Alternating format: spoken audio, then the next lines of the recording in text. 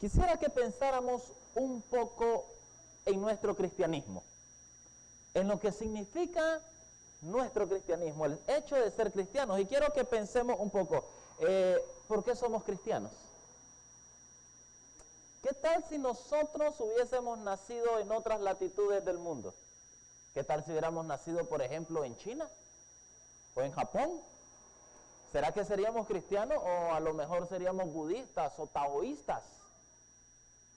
Si hubiéramos nacido allá por el Medio Oriente, a lo mejor hubiéramos sido musulmanes. ¿No será que nuestro cristianismo actual no es otra cosa sino el simple resultado de dónde nos tocó nacer?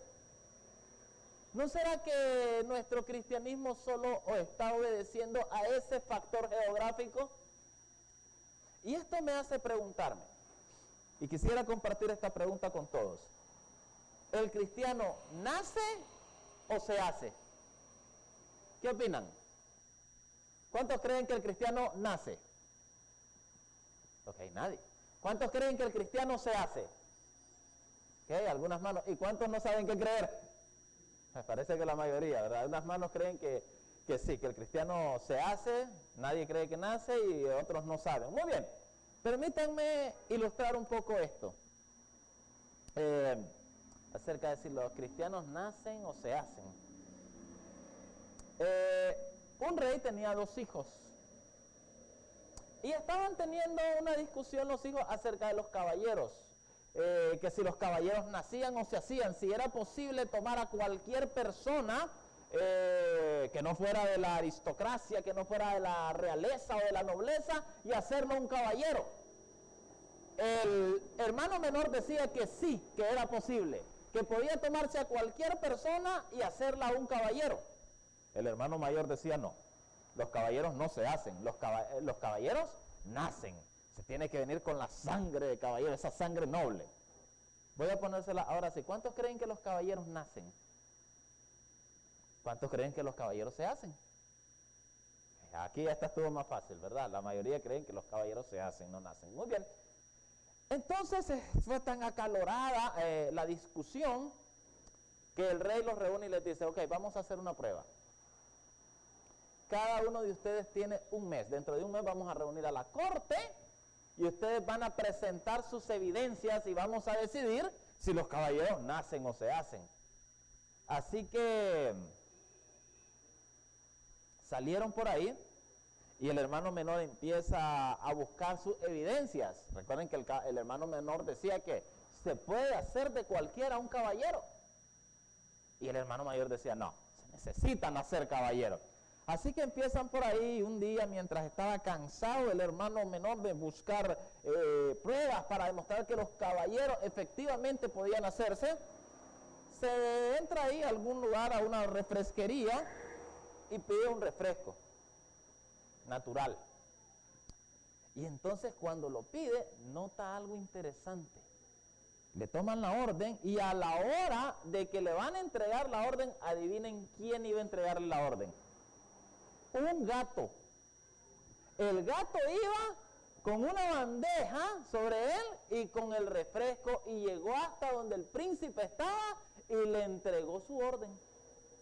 Cuando el príncipe vio esto, los ojos le brillaron y dijeron, tengo mi prueba de que los caballeros se hacen, porque si alguien puede hacer que un gato sirva refresco, precisamente se puede hacer que un hombre se haga caballero. Y entonces se acercó al dueño del gato y le dijo, le compro a su gato. Y le compró al gato. Y empezó a entrenar al gato. Porque ya que el gato ya podía entregar refresco, era fácil entrenarlo para otras cosas.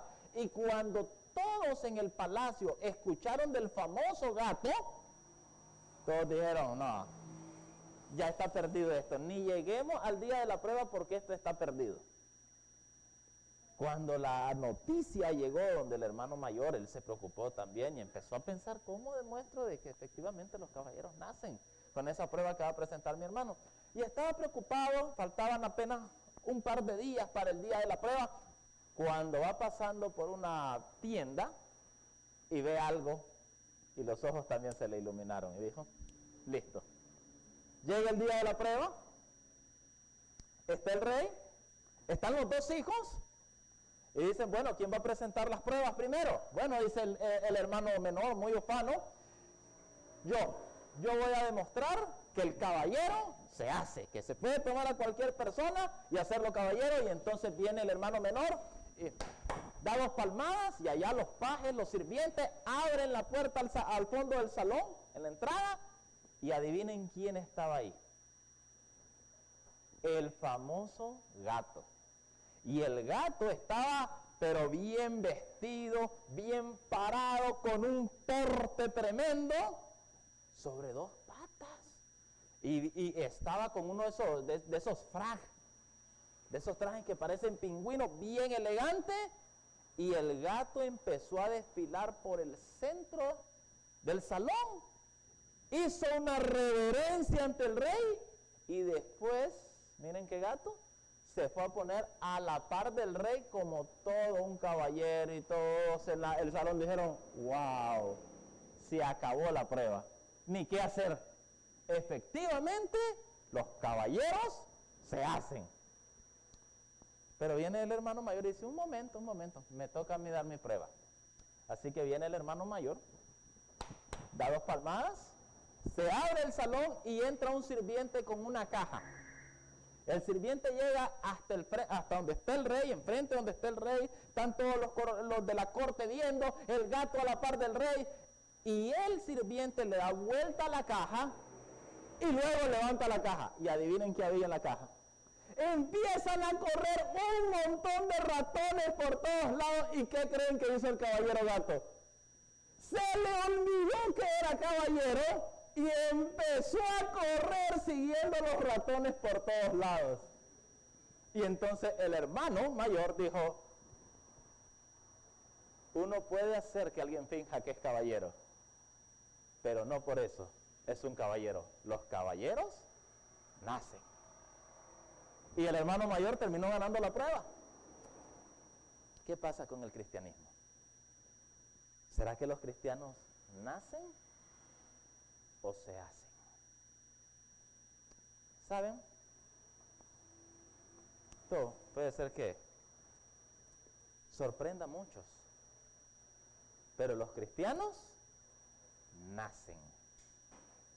Evangelio de Juan, capítulo 3, por favor. Evangelio de Juan, capítulo 3. Y Jesús está conversando con Nicodemo. ¿Recuerdan esa conversación muy interesante? Y Nicodemo tenía la idea de que los cristianos se hacen, ¿saben? Que los siervos, los hijos de Dios se hacen. Y él pensaba, no, entonces es fácil, simplemente esta es la lista de requerimientos para hacerse cristiano, para ser parte del pueblo de Dios. Y entonces, bueno, primera parte cumplida, segunda, y va cumpliendo la lista y uno se hace. Pero se encuentra con Cristo y Cristo le dice, ¿sabes qué, Nicodemo? Nah. Un hijo de Dios, un cristiano, no se hace, nace. Por favor, Evangelio de Juan, capítulo 3, versículo 3. Le respondió Jesús, de cierto te digo, que el que no nace de nuevo no puede ver el reino de Dios. ¿Quieres tú ver el reino de Dios? Para ver el reino de Dios, ¿tienes que hacerte cristiano o tienes que nacer cristiano? Jesús dice, tienes que nacer. Y esto nos tiene que llevar a ahondar un poco entonces en qué es ser cristiano. Por eso el tema de esta mañana es interesante, porque es una pregunta, está en interrogante. ¿Cristiano? ¿Eres cristiano simplemente porque estás siguiendo una lista de requisitos para hacerte cristiano? ¿Eres cristiano porque has cumplido con los requerimientos para hacerte cristiano? ¿O eres cristiano porque has nacido de nuevo? ¿Saben? Cuando alguien nacía, y aún hoy, es llamado por el nombre de sus padres. De ahí que todos tengamos ahora apellido. Y en aquella época no era distinto. El nombre definía de quién eras hijo, de quién habías nacido. Así que cuando en la Biblia nos adentramos en el mundo de los nombres, notamos que es muy importante saber de quién eres hijo. Porque eso te daba tu identidad, de quién habías nacido. La Biblia nos dice que Adán fue hecho a imagen de Dios y le llama a la Biblia en Lucas hijo de Dios, Lucas capítulo 3. Pero luego, una vez que entró el pecado, Adán tiene un hijo que ahora es a su imagen y semejanza. Y el nombre, después de esa generación de Set, y Set luego tiene a Enos, esta generación de Set, esta descendencia de Set, hace algo bien interesante. Y es que empiezan a llamarse por el nombre de Dios, por el nombre del Señor.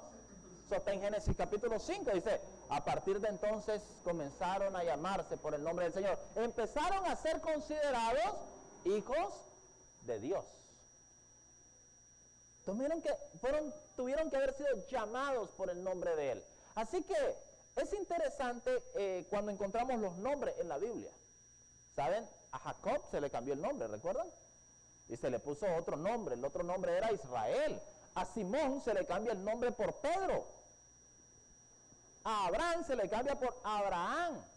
A Sarai se le cambia por Sara. Así que el nombre tiene gran relevancia en la Biblia. Pero a veces no consideramos mucho el nombre que más importancia tiene en la Biblia. Cuando Jacob lucha con el ángel del Señor, y luego se da cuenta Jacob que era Dios mismo, viene y le hace una pregunta: ¿cómo te llamas? Y la respuesta fue: ¿por qué preguntas por mi nombre? Que es maravilloso. Luego encontramos a Moisés cuando es llamado para libertar al pueblo de Israel de Egipto. Un momento, Señor, le dice: ¿y cuál es tu nombre? Le pregunta Moisés a Dios: ¿cuál es tu nombre?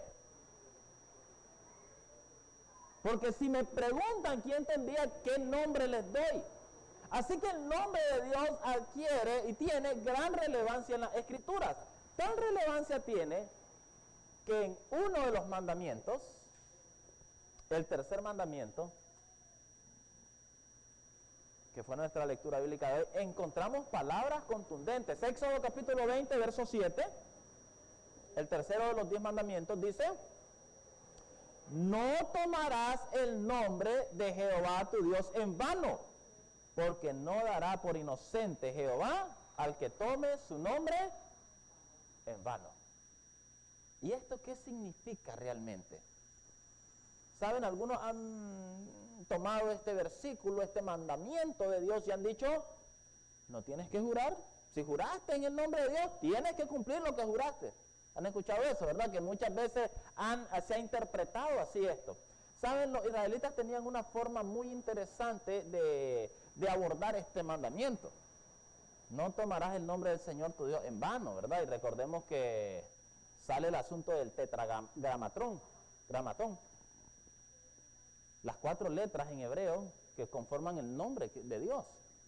Y ¿saben qué? No sabemos a ciencia cierta cómo se pronuncia, porque los israelitas tomaron este mandamiento de tal forma que, para no tomar el nombre de Dios en vano, simplemente no lo vamos a mencionar, no lo vamos a pronunciar. Así que ellos empezaron a usar otro tipo de palabras para referirse al nombre de Dios, para no tener que usarlo. Adonai, que quiere decir el Señor, el innombrable, el del nombre, distintas formas de hablar, Shaddai, todopoderoso, para no pronunciar el nombre, y con eso ellos creían: no vamos a tomar el nombre de Dios en vano. Pero ¿será esto realmente lo que Dios estaba queriendo decir cuando dijo: no tomes el nombre de Dios en vano?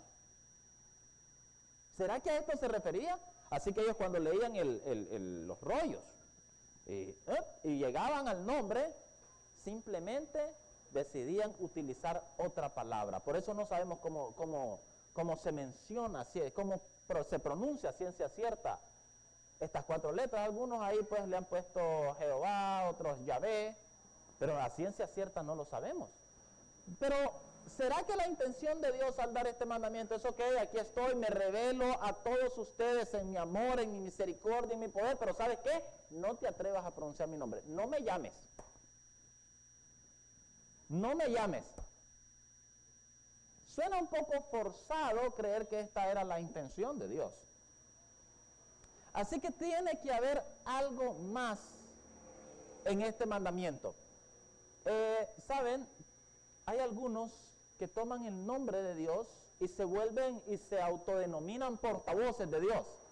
Y de repente son los grandes intérpretes de la palabra de Dios o portavoces y dicen, es que Dios me ha revelado, es que Dios me ha mostrado, es que Dios me ha hablado y ahora tengo un mensaje para ti. Y de repente viene el muchacho y le dice a la muchacha, es que Dios me mostró que tienes que casarte conmigo. Es que Dios me mostró que usted tiene que darme su finca. Es que Dios, y eso está proliferando bastante. Eso está por todos lados. De repente hay gente que se apropia del nombre de Dios, del mensaje de Dios, de ser los portadores de la palabra de Dios.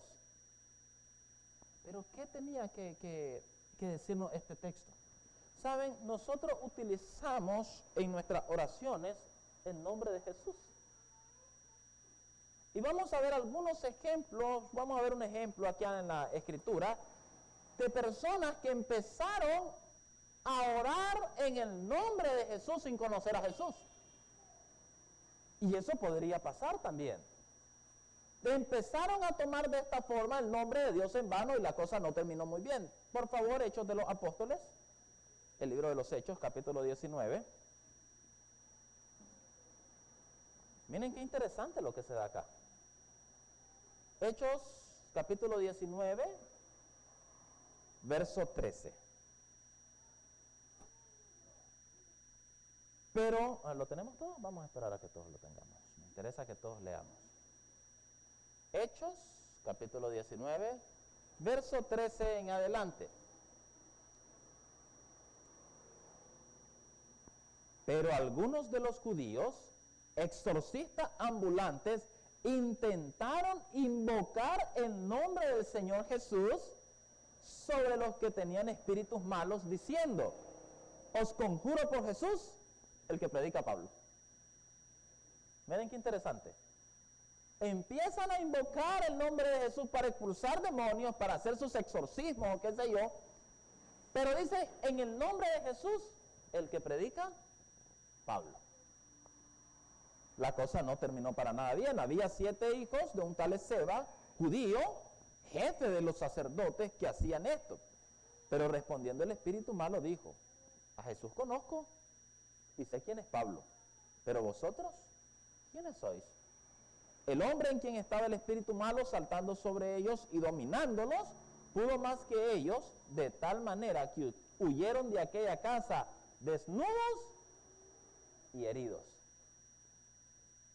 Y esto nos debería llevar a preguntarnos, ¿no será que nosotros también estamos tomando el nombre de Jesús como una fórmula mágica en nuestras oraciones?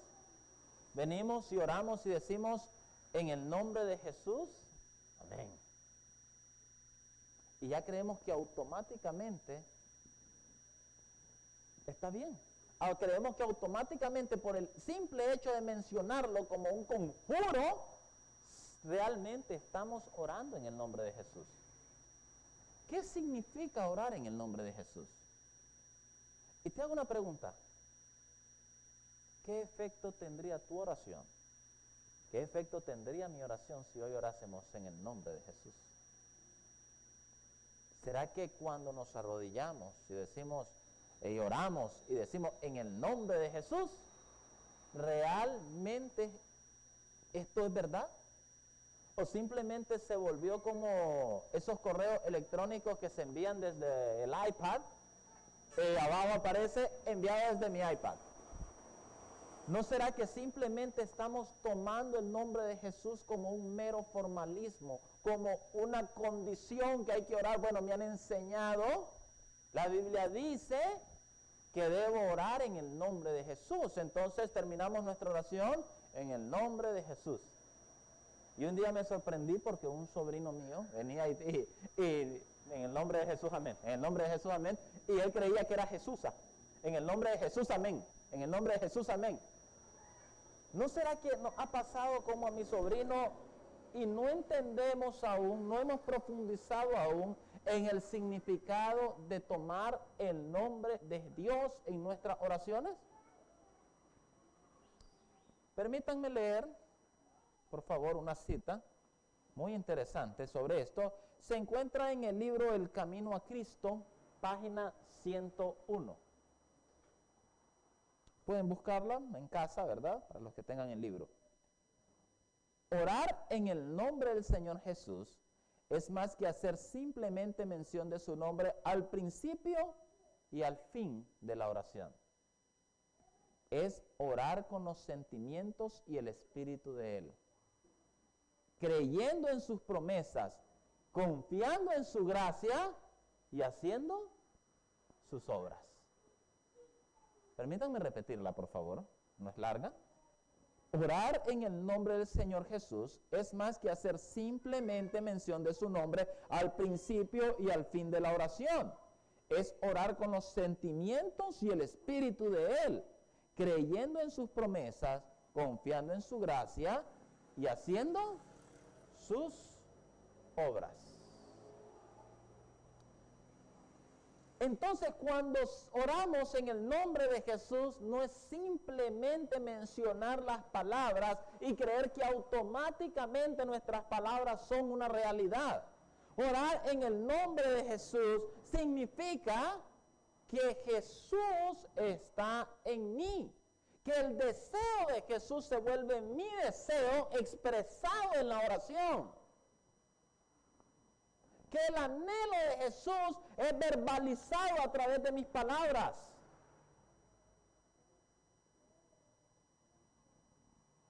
Que mi comunión con Jesús es tal que el amor que Él tiene, porque habla de los sentimientos. ¿Saben cuál es el sentimiento de Jesús? Amor. ¿Saben cuál es el deseo de Jesús? La salvación. Entonces, es que ese sentimiento, que ese deseo de salvación para los demás, que ese espíritu de servicio de Cristo para con los demás, es una realidad en mi vida. Confiando no en mis fuerzas ni mis métodos, sino en la gracia maravillosa de Cristo, haciendo sus obras, manifestando sus obras en mi vida. Eso es orar en el nombre de Cristo Jesús. Así que cuando yo vengo y tengo mis oraciones en el nombre de Jesús, amén. Señor, me cae mal el vecino por lo que me hizo, así que en el nombre de Jesús que le dé COVID, amén. En el nombre de Jesús, amén. ¿Saben? Hay cristianos que oran así. Que oran así. Y creen que por el simple hecho de mencionar en el nombre de Jesús, esa oración efectivamente es hecha en el nombre de Jesús.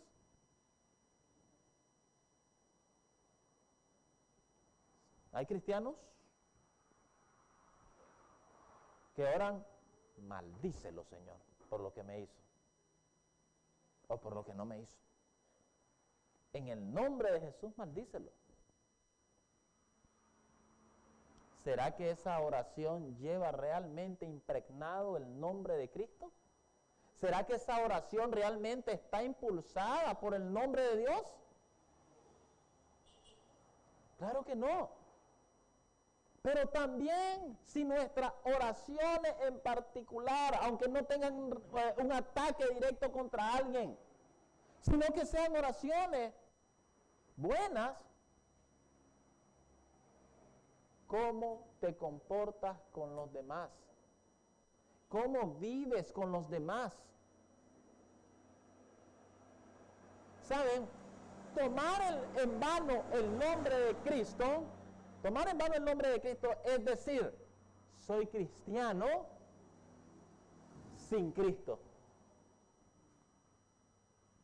Tomar en vano el nombre de Cristo es decir, me hice cristiano, pero no he nacido como cristiano.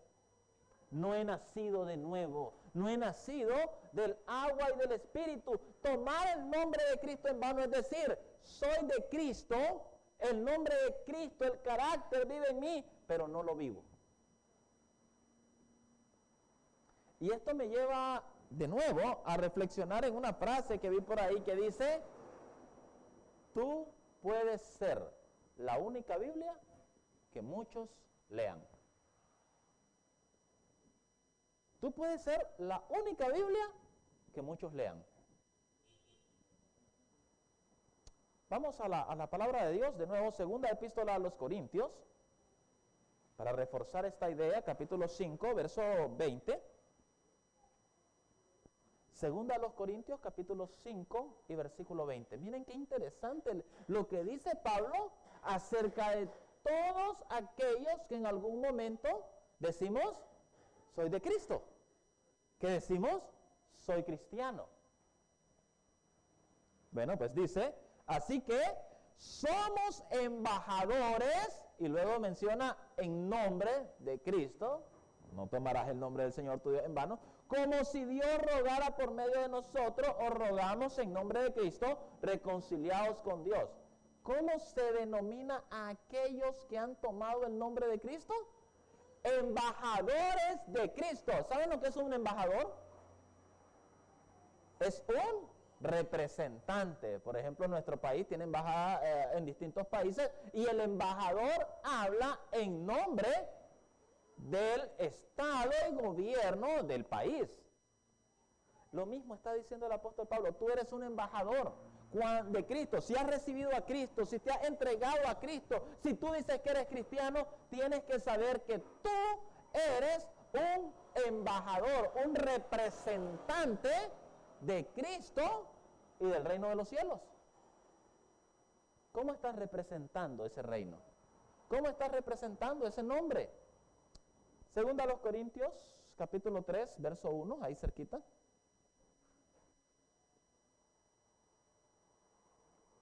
Verso 2, perdón. Segunda a los Corintios, capítulo 3, verso 2. Nuestras cartas sois vosotros, escritas en nuestros corazones, conocidas y leídas ¿por quiénes? Por todos los hombres. ¿Qué eres tú? Tú que eres cristiano, ¿qué eres? Una carta. Y no creas que eres una carta que está oculta, conocida y leída por todos. ¿Qué soy yo? Una carta. Somos cartas, somos epístolas que Cristo ha enviado a este mundo para ser leídas. Por eso te digo y repito, tú y yo podemos ser la única Biblia que muchos lean en sus vidas. Así que surge la pregunta, ¿qué están leyendo en ti? Surge la pregunta de muchos, ¿cómo es Dios? ¿Cómo es Dios? ¿Qué respuesta le darías a alguien que te preguntara cómo es Dios? ¿Cómo responderías? Y entonces, ¿saben cómo respondemos la mayoría? Sacamos nuestra Biblia y empezamos y, ¿verdad? Los más evangelistas, ¿verdad? Vienen y se van a 1 de Juan 4:8. ¿Quieres saber cómo es Dios? 1 de Juan 4:8, Dios es amor. ¿Ok? Los que son un poco más fogosos, van y Dios es fuego consumidor. Los que... Interesante. Interesante que lo que hacemos cuando alguien nos pregunta cómo es Dios es presentar un estudio bíblico. Y nos vamos al escrito está. Pero ¿qué dice tu vida de lo que está escrito en ti? ¿Qué dice tu vida de lo que está escrito en ti? ¿Qué pueden leer otros acerca de Dios cuando te ven? Un momento. Y Pablo tenía una forma de decirlo muy interesante. 1 a los Corintios capítulo 11, verso 1. ¿Saben? Pablo no rehuía mucho a esto. ¿Saben qué respondía Pablo cuando le preguntaban, ¿cómo es Jesús? ¿Saben? Pablo no agarraba las escrituras y empezaba a hacer un estudio bíblico acerca de cómo es Jesús. sed imitadores de mí, así como yo lo soy de Cristo. ¿Saben qué decía Pablo? ¿Quieres conocer a Jesús? Mírame. Mírame. ¿Quieres conocer cómo es Cristo? Mírame. Y cuando tú dices, soy cristiano, cuando tú dices, soy hijo de Dios, cuando tú dices, soy nacido de Cristo, la gente va a leerte. Porque eres una carta en ese momento, te convierte en una carta de Cristo. Pero, ¿sabes? Satanás falsifica todo lo que Dios hace. Sí, desde la entrada al pecado ha sido una cuestión de falsificar. Dios viene y dice, el sábado es el día del Señor, Satanás pone un día falsificado. No, primer día de la semana es el día del Señor. Dios pone una alimentación adecuada para el ser humano y Satanás falsifica y dice, no, con esa alimentación nunca vas a poder estar sano, tienes que usar esta alimentación. Dios tiene un claro mandato acerca de cómo debe ser el matrimonio, hombre y mujer, una sola vez. Satanás viene y dice, no, hombre con hombre, mujer con mujer, y las veces que quieras. De todo lo que Dios ha hecho, Satanás hace una falsificación. Y saben, Dios ha escrito maravillosas cartas de amor a este mundo. Pero Satanás también hace cartas falsificadas. Así como el apóstol dice, tú eres una carta del cielo para el mundo, hay muchas cartas que están falsificadas. Y por eso tenemos, en muchas ocasiones, ¿tú eres cristiano? Y el que no es cristiano, el que está leyendo a Cristo en ti, viene y pregunta, ¿y por qué me tratas así? ¿Por qué me tratas mal? ¿Por qué me insultas? ¿Por qué pasas sobre mí? ¿Por qué me pisoteas? Si eres cristiano, ¿por qué haces estas cosas? Nosotros tenemos una fácil salida para esto. Hermano, no me mire a mí, mire a Cristo. Pero Cristo te dice, yo quiero que Él me vea a través de ti. Y Pablo dice, mira a Cristo, míralo en mí. Mira viviéndolo en mí.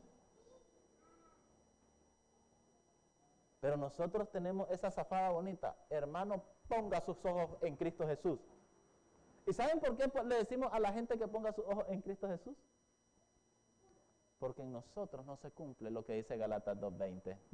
¿Saben por qué Pablo podía decir, sed imitadores de mí como yo lo soy de Cristo? Porque él decía, ¿saben qué? Con Cristo estoy crucificado. Ya no vivo yo, Cristo vive en mí. Así que si quieres ver a Cristo, velo, aquí está. Está en mí, porque yo he muerto y Cristo vive en mí. Pero ¿saben por qué nosotros, hermano, no me ve a mí? Vea a Cristo. Y lo mandamos a otro lado. Porque Cristo no está habitando en nosotros. No me vean. Si quiere buscar a Cristo, no lo busque en mí. No está en mí. Vaya a verlo a otro lado. Qué triste falsificación de cartas de Cristo. Y saben que por eso a muchos de nosotros no nos gusta predicar en nuestras comunidades. Porque nos conocen. Es el que vive tratando mal a todo el mundo. Es que la hermana es la que a todos los muchachos, a los niños del lugar, los trata solo de maldiciones para arriba. Es que el hermano que está ahí, el cristiano, es el más cara larga, más agrio, el que no saluda a nadie, y es tan agrio que los vecinos cuando lo ven, cruzan la acera.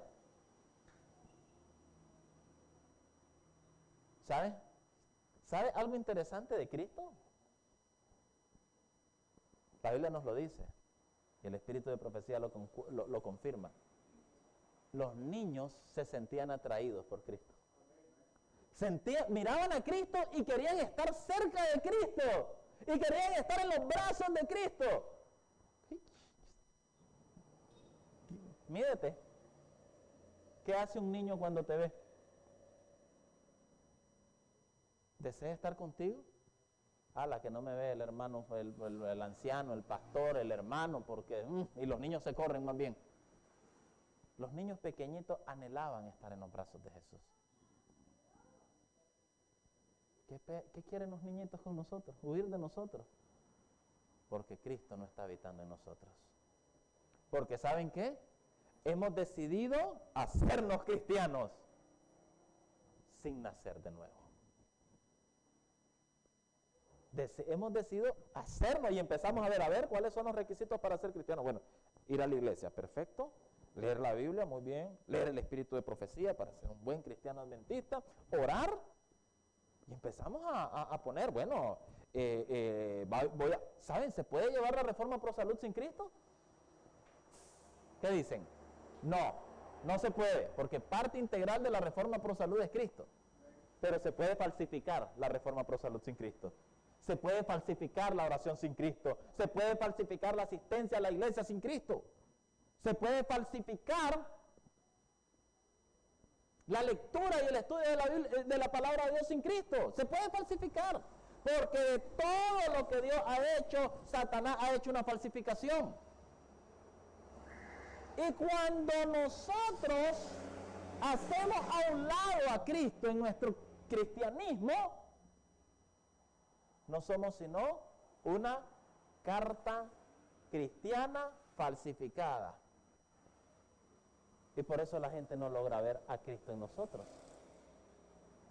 ¿Recuerdan dónde comenzaron a llamar a los discípulos de Cristo cristianos? En Antioquía. Ahí dice, empezaron a llamar cristianos, y permítanme, miren qué interesante cita.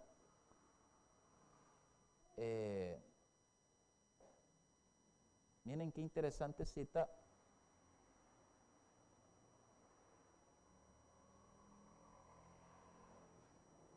Del libro Hechos de los Apóstoles, el espíritu de profecía, página 127,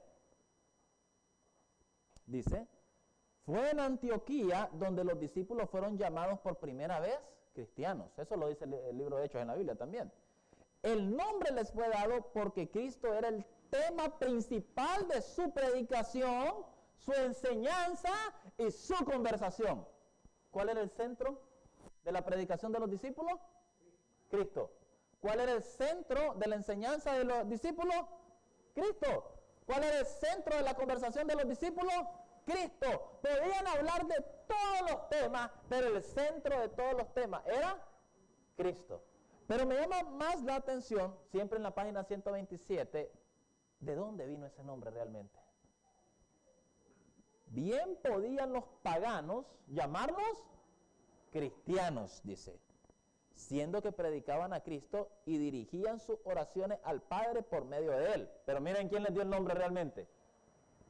Fue Dios el que les dio el nombre de cristianos. Este es un nombre real que se da a todos los que se unen con Cristo.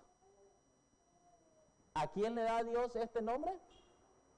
Los demás, los paganos, los que no conocían de Cristo, al ver a los discípulos, al entrar en comunión con ellos, les llamaban cristianos. ¿Por qué? En su enseñanza el centro era Cristo. Eres pecador, pero hay un Salvador que es Cristo. Eso. Su enseñanza, hay un creador que es Cristo. Cristo es desde la eternidad y hasta la eternidad.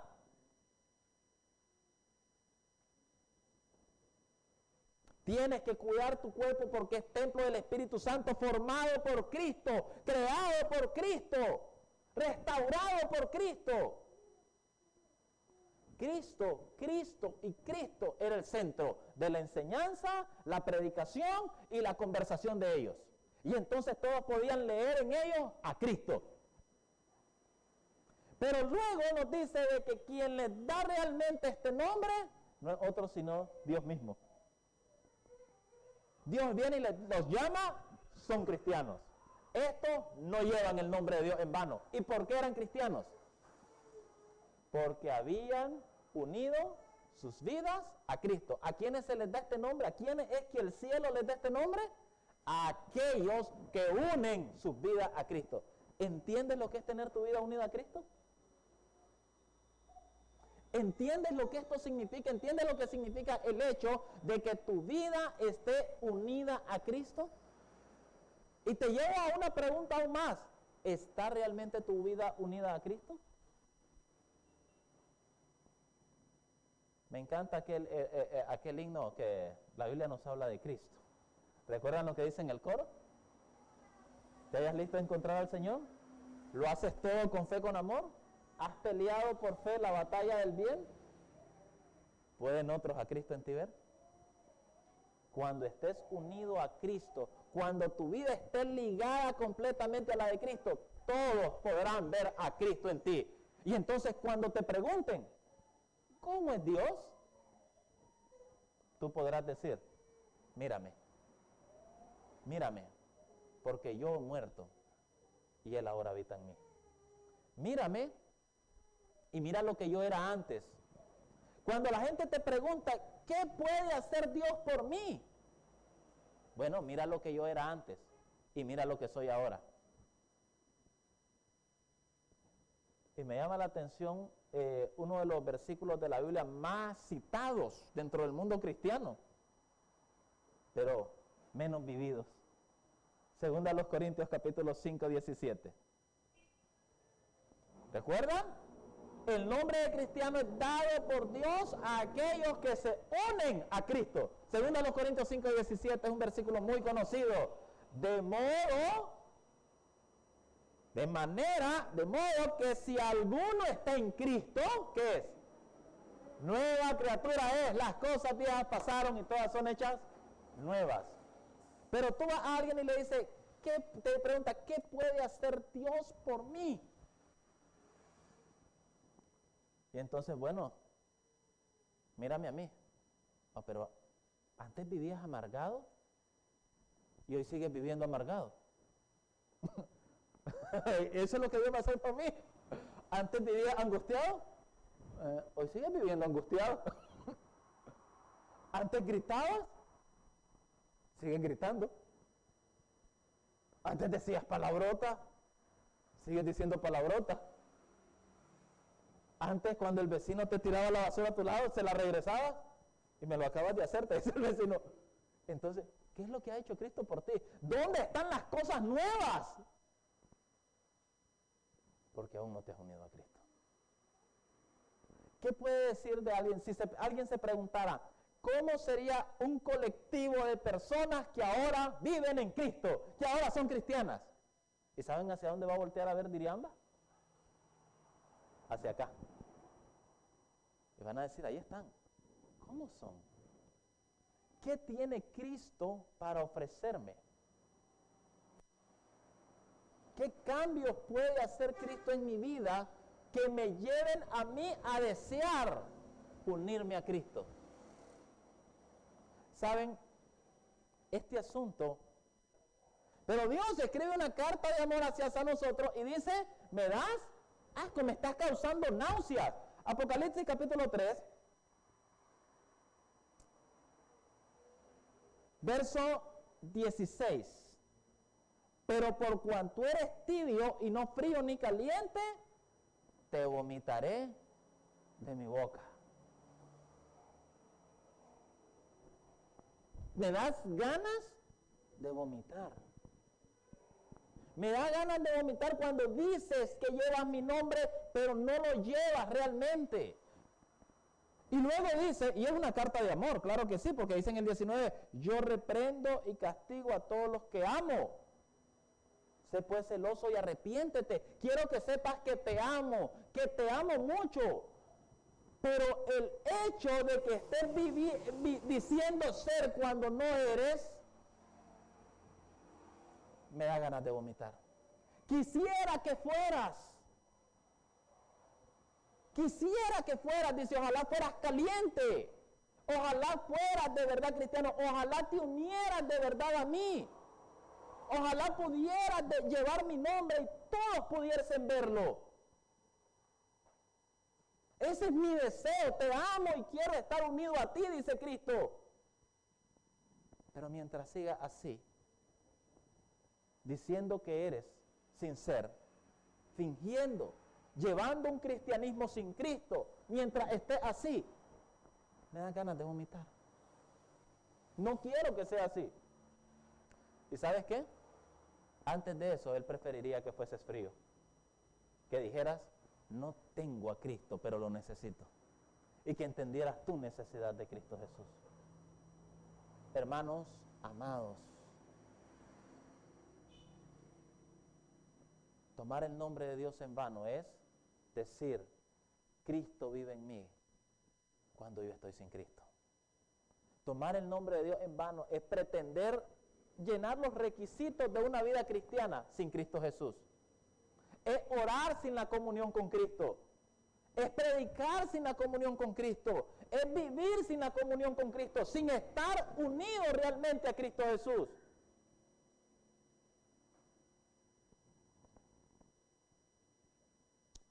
Y él dice la Biblia que el Señor no dará por inocente. El Señor te va a vomitar. No, me va a vomitar. Mientras sigamos viviendo un cristianismo sin Cristo,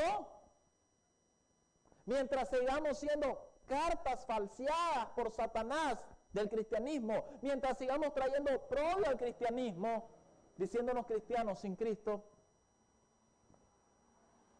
mientras sigamos ofendiendo de esta forma a Cristo, habrá de vomitarnos. Pero el Señor te llama hoy. ¿Saben? Dice, quiero que sepas que te amo. Y esta carta de amor que empieza fea, que empieza diciendo, sí, me da ganas de vomitar, sí, me da asco, pero te amo. Y quiero que hagamos algo, dice Jesús. Versículo 20, yo estoy a la puerta y llamo. Si oyes mi voz y abres la puerta, entraré a ti. Y vamos a vivir una fiesta. Vamos a vivir un banquete maravilloso. Vamos a vivir un banquete feliz. Si abres la puerta de tu corazón, vas a empezar a tener un cristianismo conmigo. Y eso va a cambiar todo tu mundo. Y tú lo vas a notar. Y tu esposa o tu esposo lo van a notar. Tus hijos lo van a notar. Y van a decir, y tu vecindario lo va a notar. Y van a decir, qué maravilloso es Cristo. Yo también quiero unirme a Él. Quisieras decirle, Señor, perdóname, porque hasta ahora he pretendido tener un cristianismo sin ti. Perdóname si hasta ahora lo he hecho. Pero Señor, hoy quiero decirte, aquí está mi corazón. Atiendo al llamado que haces de querer entrar a Él. Por favor, ven a mi corazón, entra en mí, unámonos para la eternidad. Y que todos puedan verte, que todos puedan leerte a través de mi vida. ¿Quisiéramos decirle esto a Jesús?